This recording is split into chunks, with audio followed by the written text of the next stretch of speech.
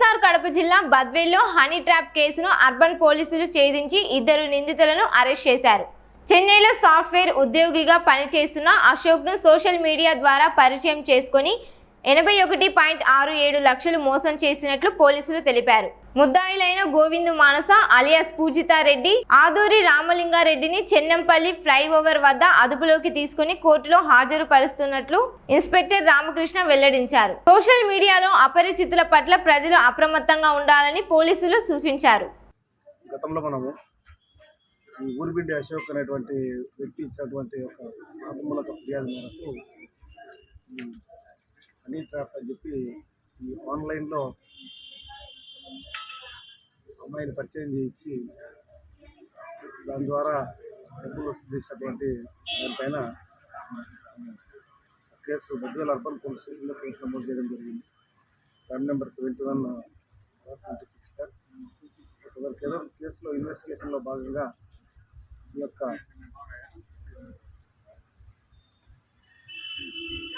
గూడెం బద్వేల్ పక్కన గూడెం విలేజ్ నుంచి ముద్దాయి ఏవనైనటువంటి రామలింగారెడ్డి, అలాగే ఈ హనీ ట్రాప్లో మరి కీలక పాత్ర పోషించినటువంటి గోవిందు మానస అనే ఒక అమ్మాయిని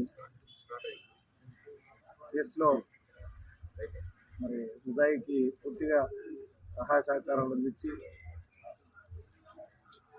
ఫిర్యాదు ద్వారా డబ్బులు ఆన్లైన్ ట్రాన్సాక్షన్స్ చేయడంలో కీలక పాత్ర వహించినటువంటి అమ్మాయిని ఇద్దరిని కూడా ఈరోజు చెన్నపల్లి ఫ్లైఓవర్ దగ్గర ఈరోజు అరెస్ట్ చేయడం జరిగింది. అందులో భాగంగా వాళ్ళని ఈరోజు మీడియా సమావేశంలో ప్రవేశపెట్టడం జరిగింది. ఇందులో రామలింగారెడ్డి ముద్దాయి ఈ యొక్క ఫిర్యాదు అశోక్ అనేటువంటి వ్యక్తికి దగ్గరే బంధువే. సో ఆ చనువుతోటి ఇద్దరికి పరిచయం ఉంది. ఆ చనువుతోటి అమ్మాయిని పూజిత అనే పేరు మీద, పూజితారెడ్డి అనే పేరు మీద ఈ మానసను ఒక మెసేజ్ ఇన్స్టాగ్రామ్లో అతను పంపించి అతని ద్వారా ముద్దాయి ఏమన్నటువంటి రామలింగారెడ్డి యాక్సెప్ట్ చేయించి సో ఈ అమ్మాయి మంచి అమ్మాయి అని చెప్పి ఆమెతో మాటలు కల్పించి ఆ రకంగా మంచి మాటలతోటి అతన్ని హోల్తా కొట్టించి అతని దగ్గర ఆ అవసరం ఈ అవసరం అని చెప్పి కుటుంబ అవసరాలను అని చెప్పి మనం పెళ్లి చేసుకుంటామని నమ్మించి అతని దగ్గర డబ్బులు వసూలు చేసుకోవడం జరిగింది. సో ఎప్పుడైతే ఈ మోసం గ్రహించి ఇతను డబ్బులు రిటర్న్ అడిగినాడో ఇతను ఏం చేసిన పింట్రెస్ట్ యాప్ అని చెప్పి ఒకటి పింట్రెస్ట్ అనే ఒక యాప్ ఉంటుంది. ఆ పింట్రెస్ట్ యాప్లో ఈ చేతులు కోసుకున్నటువంటి ఫొటోస్ ఉంటాయి.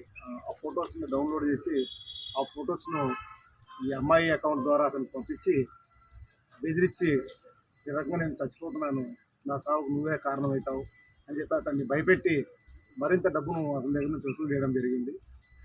సో ఇన్వెస్టిగేషన్లో భాగంగా తన ట్రాన్సాక్షన్స్ అంతా కూడా చూడటం జరిగింది.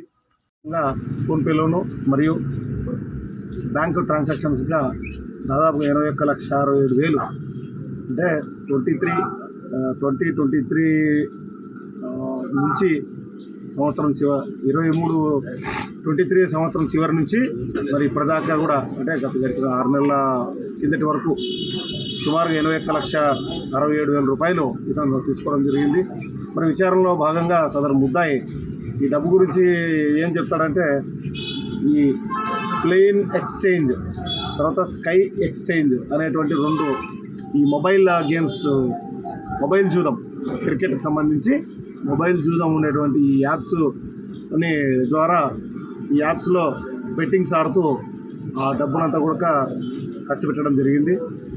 సో ఈ గేమింగ్ యాప్లు ఏవైతే ఉన్నాయో వీటిల్లో ఇతనికి ఏమొచ్చిందో తెలియదు కానీ మొత్తం డబ్బంతా కూడా మన దగ్గర ఇతని స్టేట్మెంట్ ఇవన్నీ పరిశీలిస్తే డబ్బంతా కూడా ఈ జూదాల్లో బెట్టింగ్లో యూజ్ చేసి దీన్ని ఖర్చు చేయడం జరిగింది.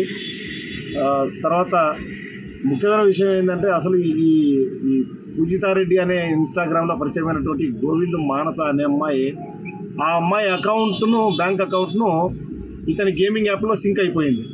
సో ఆమె ఏదైతే ఇతన్ని బెదిరించి డబ్బులు వసూలు చేసుకుంటుందో ఆ డబ్బంతా కూడా అతనికి ఇతని అకౌంట్కి సింక్ అయిపోయి డబ్బులు ఇతనికి పడతా ఉంటాయి. సో అలా దాదాపుగా 43 to 45 lakhs అమౌంట్ పూజిత ద్వారా అంటే ఈ మానస ద్వారా జరిగిందని చెప్పి పరిశోధనలో మనకు తెలిసింది. సో ఈరోజు వీళ్ళిద్దరిని అరెస్ట్ చేసి ఈరోజు కోర్టుకు రిమాండ్ పెట్టడం జరిగింది.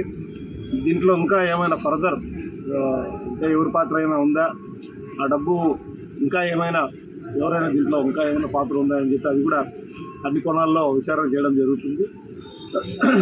నేను ఈ మీడియా ద్వారా నేను ప్రజలకు తెలియజేయడం ఏంటంటే బెట్టింగ్లు ఆడటం ద్వారా ఎవరూ బాగుపడలేదు. ఆ బెట్టింగ్ యాప్లు క్రియేట్ చేసిన వాళ్ళు తప్ప బెట్టింగ్ ఆడు ఎవడు కూడా ఈ చరిత్రలో బాగుపడినటువంటి దాఖలాలు లేవు.